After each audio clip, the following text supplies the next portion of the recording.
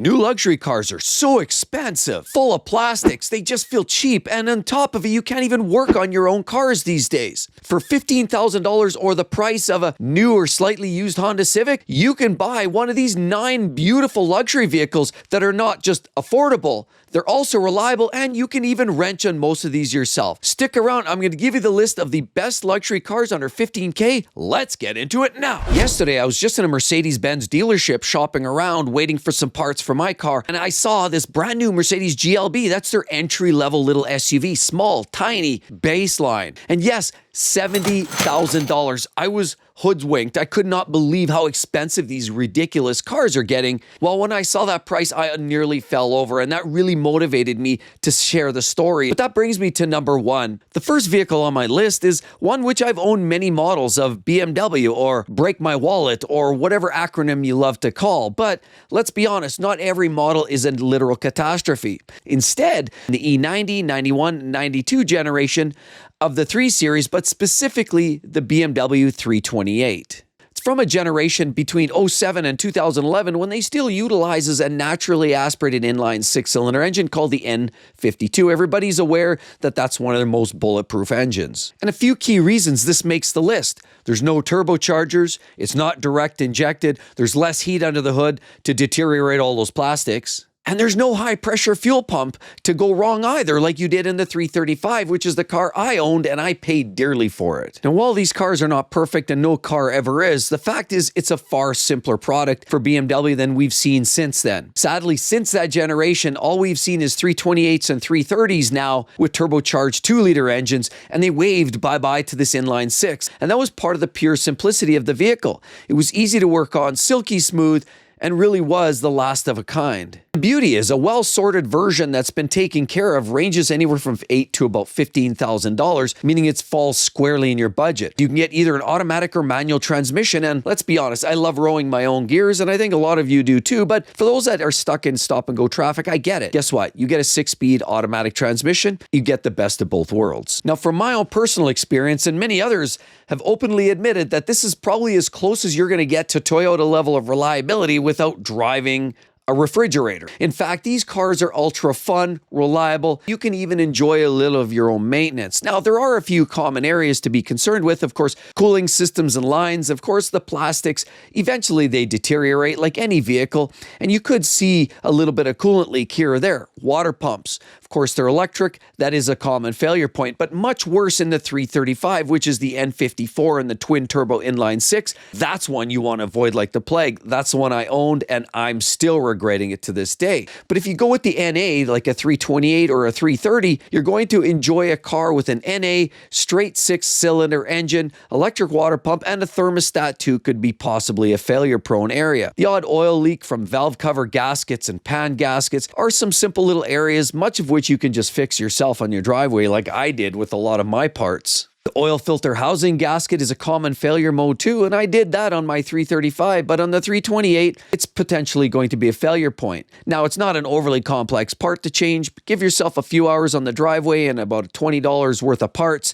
and you can get that sorted out yourself. Starters can go out at higher mileage, as will brakes for sure, and tires, which are common maintenance tasks. You also have things like suspension bushings and components within the suspension. Once it starts to get a little too much play in the front end, or you hear a little bit of clunk around a corner, that could be your signal that it's time to replace those parts. Now, they're not commonly known as failure parts, but as soon as you get up into that 230,000 kilometers, or probably in that 140,000 miles, you're going to start replacing some of these parts. Buy it from somebody who loves this vehicle. Buy it from somebody who took care of it. They have lots of good maintenance records. Oil changes have been done religiously, and essentially all the key parts have been changed. Look for a little of that white splatter under the hood to make sure you don't have coolant flying around, because that's a sign that coolant leaks are imminent or even happening. And on top of it, make sure you do a good look around, look for oil leaks, and make sure it drives straight. But ultimately, if it drives good today, there's a good chance it's going to keep running for you for many years. Stay on top of some of the basic maintenance.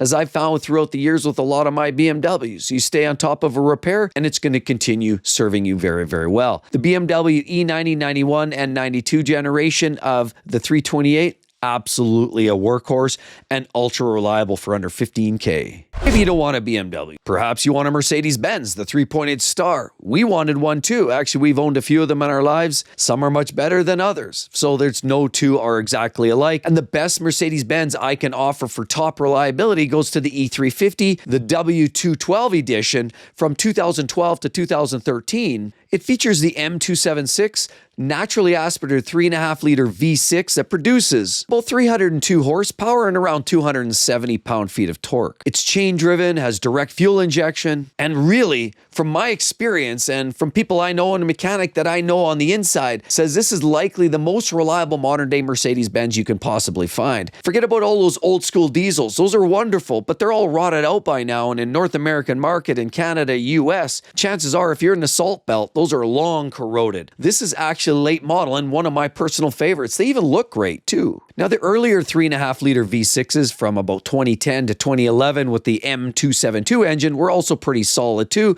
They were down a little bit on power. They were down 250, 275 horsepower in that range. But the earlier ones, older than that, 08, 09, you want to avoid them like the plague because they have those balance shaft issues. So don't go too old with this generation, and not all 3.5-liter V6 in Mercedes lands are identical. So definitely stick with the later generations, the 12s and 13s, and you'll be good to go. The beauty is the transmission's also 7G Tronic automatic torque converter gearbox, which means none of that CVT garbage that you're seeing in a lot of these OEMs these days. Yeah, it's a reliable, one of their more reliable vehicles, but you have to service it. Something to note, 50,000 miles, 70,000, 80,000 kilometers, and you've got to be doing your oil services and replace the fluid inside. Get past that, you're good to go. I'm going to talk about some of the key issues that you're going to experience, like steering lock or ESL failure could run $1,000, maybe $2,000 repair. Intake manifold flap failure, $750, $1,200, maybe $1,500. The oil cooler seals can start to leak at higher miles, and they're going to cost you $1,000 to $1,500. Front suspension bushings can cost anywhere from $1,000, maybe $1,500. The transmission conductor plate issues, which seems to be somewhat well known on the forums, that could cost you as much as $1,500 to $2,500. But that being said, it's not all that common. People do talk about this. It does make the chatter, but honestly, not something I would panic over. Just do the maintenance on these transmissions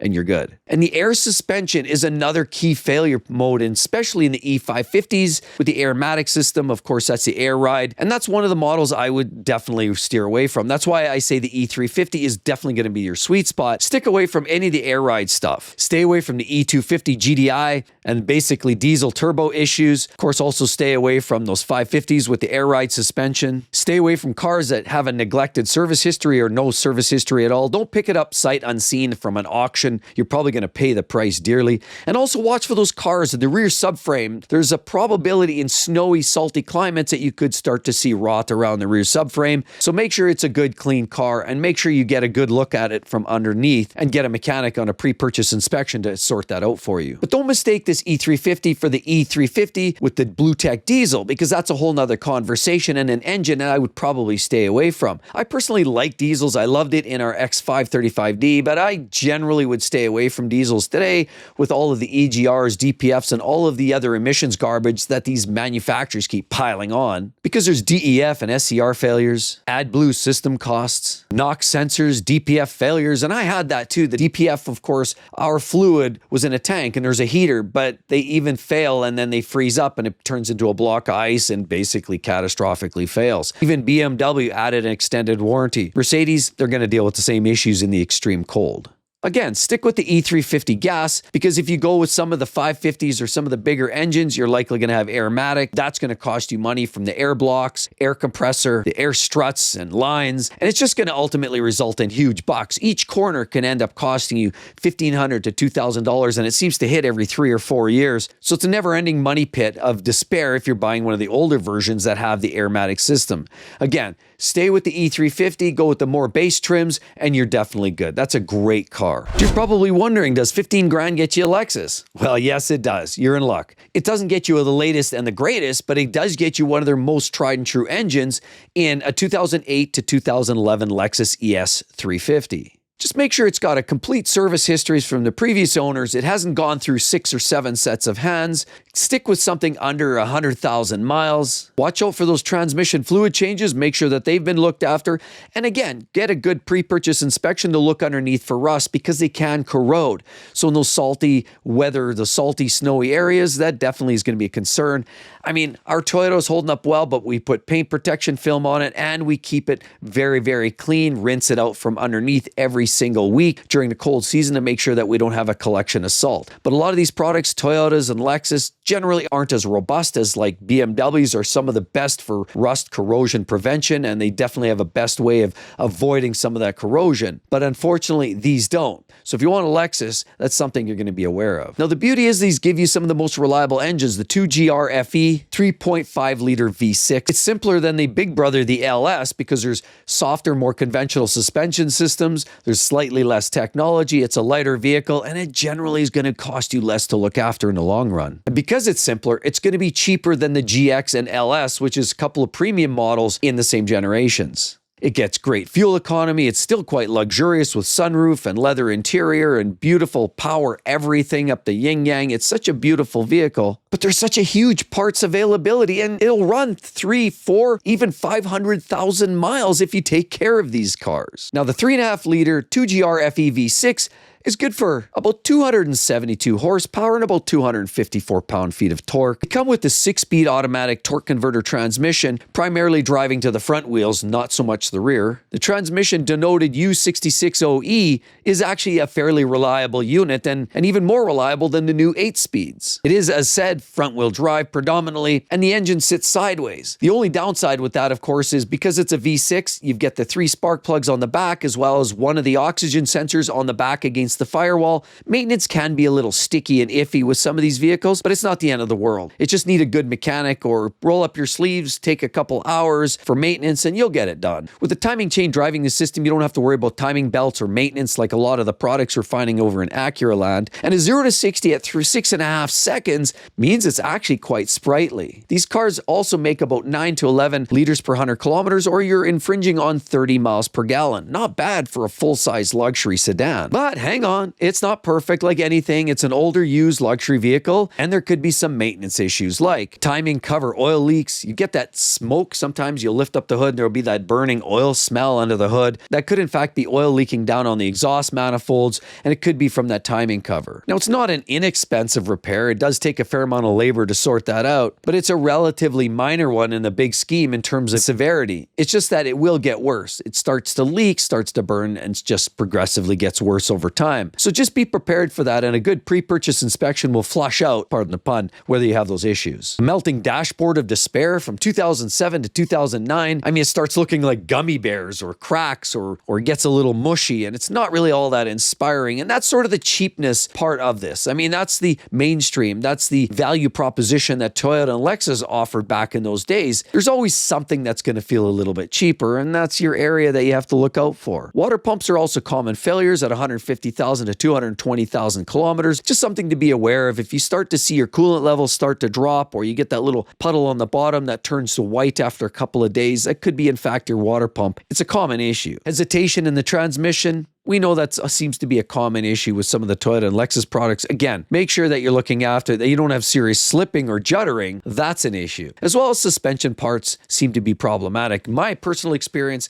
even our Toyota, I look at the suspension parts and it kind of looks a little bit light duty. I mean, if you look at the suspension on a BMW or a Porsche, you're going to find a significant difference between that and something like a Toyota and a Lexus. That said, when they break and they wear out, bushings and ball joints and lower control arms and parts like you're going to find like that, when they do finally go, they won't cost you an arm, 3.5 legs. They will be quite affordable. Now, number 4 is a Mercedes. That's right, I should have listened to my own advice, but I bought a W205. Not the best of the generation with a Turbo 4 that we have. Go back one generation to the W204. That's one of the best with the M272 V6, which is 3 liters of V6 horsepower fury that's just gonna keep on trucking. It's port fuel injection, so you don't have to worry about that carbon fouling nonsense. It's naturally aspirated and still produces 228 horsepower. So it's pretty much the same amount as power as my 242 horsepower, but I have to deal with all the turbo direct injected nonsense that comes with the W205.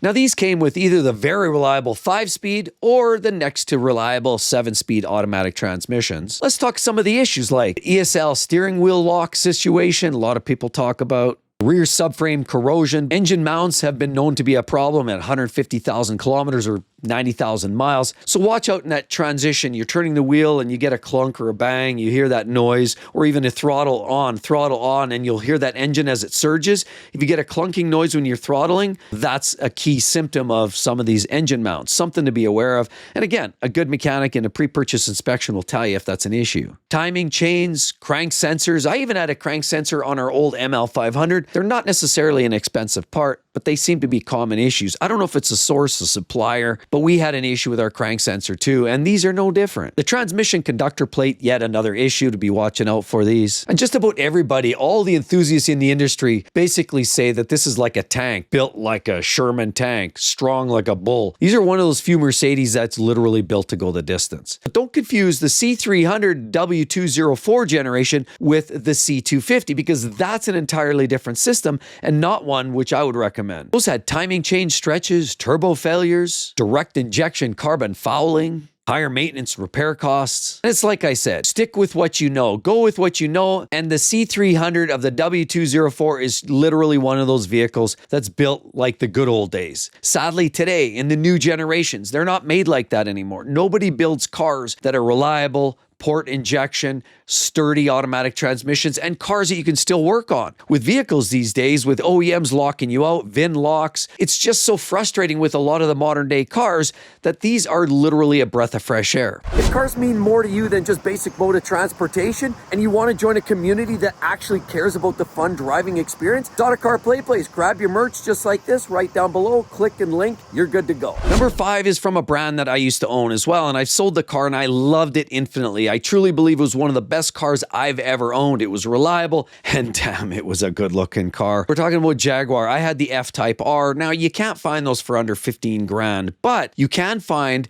an earlier generation XK, and that's the X150 with the 4.2 liter V8 engine. Avoid the 5 liter. The first generation of that 5 liter was very problematic. For reliability, I'd strongly recommend an 07 to an 09 with the 4.2 V8. The most reliable is the NA version. If you want the supercharged version later on, they're also actually quite reliable, but the cost for servicing goes way up. There's the snorkel, the spring, there's all kinds of other parts in there, cooling lines, and then access for just basic maintenance becomes a little bit more prohibitive because the supercharger in the way. A big reason for the reliability is Jaguar's 4.2 AJ V8, as well as the bulletproof ZF 6-speed automatic transmission combination, means that this is almost an unheard of combination, even for Jaguar. A lot of people kind of assume you need a ride-along mechanic and all the jokes that go with that. Well, to be honest, my F-Type R was actually quite reliable, and these are even more so. And in fact, if you wanted the later 5.0, the downside is, of course, timing chain failures. Those were prone to breaking, and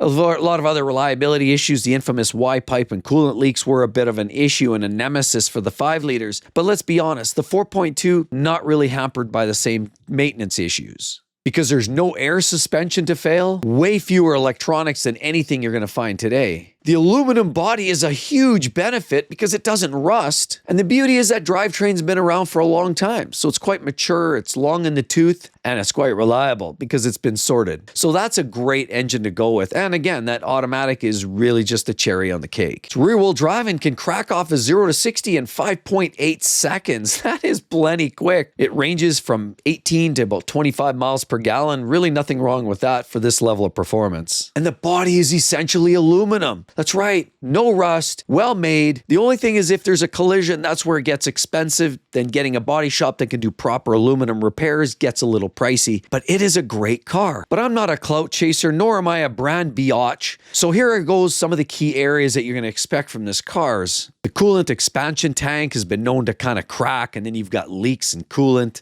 Watch out for that. Make sure that if you have that light that comes on your dash, wow, stop it right away. Shut that engine off. Some other common issues are suspension-related wear and tear. Because it's such a big, heavy car, you could get clunking, you could get vague steering that wanders, you could get basically uneven wear in your tires, could represent possibly alignment that's going out of whack. So watch out for those suspension issues, and it might be something worth addressing, or at least if you're buying it from another owner, find out what they've done for suspension maintenance. If it needs anything, you've got to incorporate that into the buying price. And electronic quirks are some issues that you could deal with. I mean, while there's less electronics than there are in modern day Jags, there still are some electrical quirks that you can experience, like parking sensors and window modules, infotainment glitches. I had some of those even in my newer F-Type. But one thing you've got to note is a weak battery is going to cause a lot of these issues. And that's really goes for a lot of modern day vehicles where everything's sensors. And, you know, I come from an electrical background, and I can tell you right now,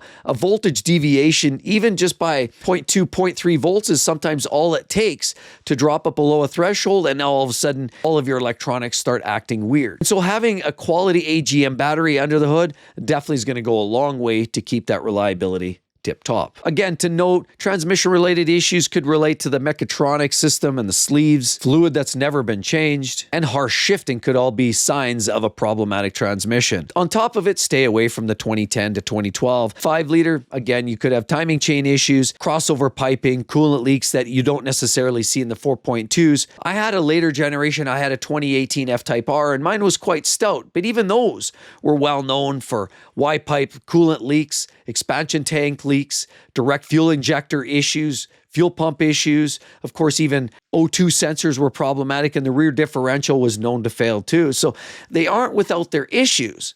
But look after the maintenance, make sure you're buying it from somebody who actually cared about the car and not just from loosey-goosey auction, and you could find yourself with a beautiful late model Jaguar that's worth driving for years. Number 6 is an absolute amazing Infiniti, and I never thought I'd say this, but if you like the brand, the VQ engines are absolutely bulletproof. You know, the older car, the old grown-up car, the M37 or even the Q70? Those both carry the 3.7-liter naturally aspirated V6 that's absolutely bulletproof. There's reasons it's reliable. There's no turbos. There's no CVTs. There's no variable compression engines. There's no direct injection to create carbon fouling. But rather, it uses the VQ 37 VHR 3.7-liter naturally aspirated double overhead cam V6 engine. It produces 330 horsepower and about 270 pound-feet of torque, fueled by multi-port fuel injection, timed with a chain, and runs up to 7,500 RPM redline. All this goodness come tied to the rear-wheel drive or the all-wheel drive platform in the X Series. And a lot of people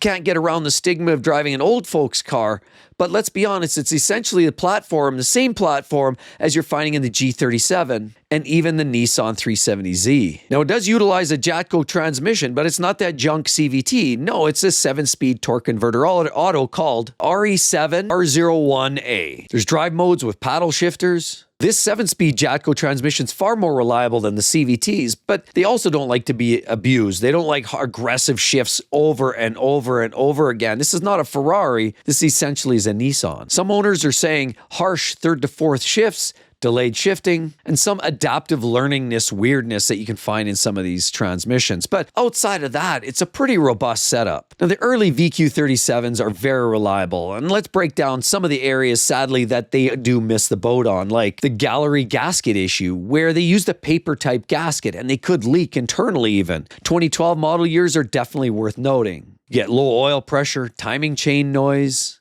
and worst case, if it lets go long enough, it could be a catastrophic engine failure. But they did fix that after 2012, and you do get a metal-backed gasket, and it really fixed all of those issues. So if you're going to buy an M37, make sure it's older than a 2012 to avoid these types of problems, or in fact, you've got a strong service history that shows that that update's been taken care of. The transmission's been clunky, bad shifting, strangeness and vagueness, transfer case related issues with noises and strange delays and behavior, grindingness in certain models, but that's really only the all-wheel drive versions. And then, of course, classic electronic failures, but this is nothing unusual, and every car that ages is going to see things like actuators for door locks, stereo amp failures, electric seat motors, And weak batteries, as I've said, any late model car is going to start inflicting all kinds of weird codes and gremlins, and this one's no different. Some of the higher mileage VQ engines start to burn a little oil, but just to note, it's not catastrophic. Just top it up here and there, and you're definitely good. But the best ones to buy are the 2012 to 2013 M37. You've got a good mature platform, so you're probably buying it from an old gray hair like myself.